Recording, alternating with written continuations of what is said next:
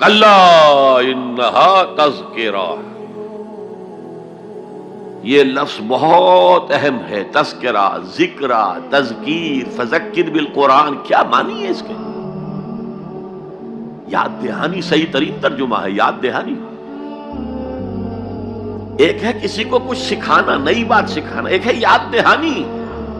اسے ایک چیز معلوم تھی، کوئی بھول گیا، یاد کرانا.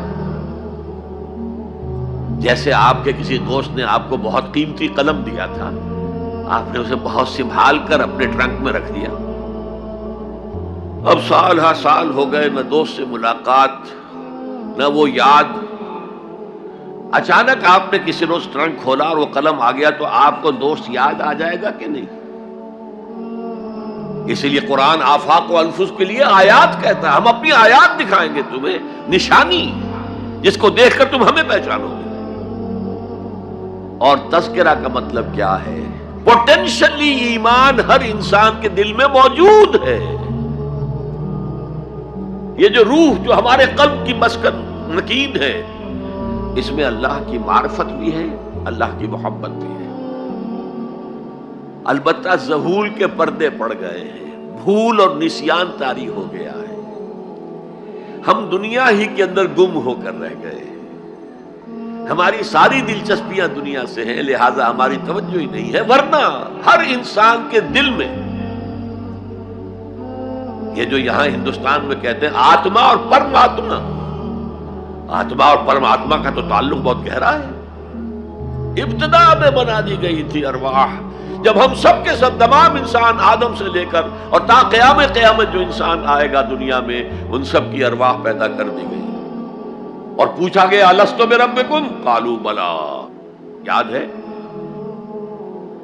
لہذا یہ تذکرہ ہے، یہ یاد دہانی ہے، تمہارے اندر موجود ہے. اللہ کی معرفت بھی موجود ہے، اللہ کی محبت بھی موجود ہے. لیکن کلا بل ران علی قلوبہم ما کانوا یعملون، ان کے دلوں پر زنگ آ گیا ہے اب ان کے اعمال کی وجہ سے. شیشہ جو ہے وہ زنگ آلود ہو گیا. حضور نے فرمایا ان هذه القلوب لتصدع كما يصدع الحديد اذا اصابه الماء، ان دلوں پر بھی زنگ آ جاتا ہے جیسے کہ لوہے کے اوپر پانی پڑتا رہے تو اس کو زنگ آ جاتا ہے.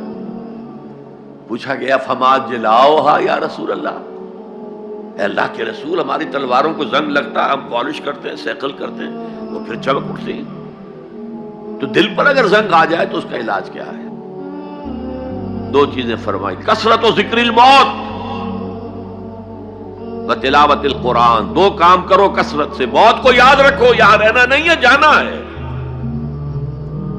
یہ ہمارا گھر نہیں ہے، یہ ہماری منزل نہیں ہے. ہمارا اصل گھر جو حضور نے فرمایا انما الدنیا خلقت لکم وانتم خلقتم للآخرہ، یہ دنیا تمہارے لیے بنائی گئی، تم آخرت کے لیے بنائے گئے. اسی لیے حضور نے فرمایا کن فی الدنیا کانک غریب وعابر السبیل، دنیا میں ایسے رہو جیسے راہ چلتے مسافر ہو یا اجنبی ہو.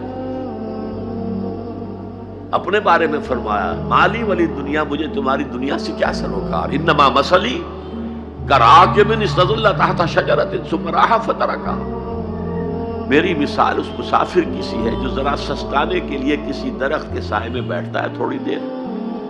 وہ اس کا گھر تو نہیں ہے، اس کی منزل نہیں ہے، پھر وہ اس کو چھوڑتا ہے، اپنا راستہ لیتا ہے.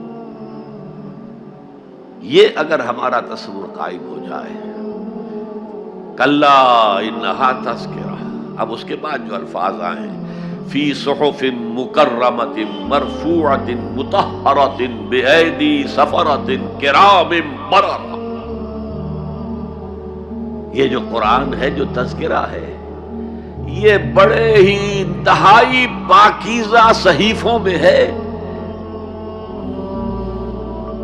فی صحف مکرمۃ، بڑے باعزت، مرفوعۃ مطہرۃ، مرفوع بلند اور انتہائی پاک. بے ایدی سفرۃ، یہ کن کے ہاتھوں میں ہے؟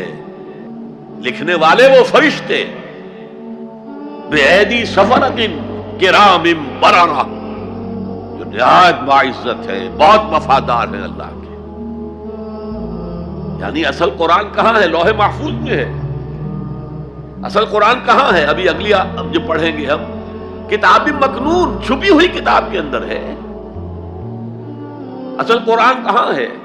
وَإِنَّهَا لَفِي أُمِّ الْكِتَابِ لَدَيْنَا لَعَلِيٌّ عَظِيمٌ، یہ تو اس ام الکتاب میں جو ہمارے پاس ہے، بہت بلند ہے اور بہت عظمت والا ہے۔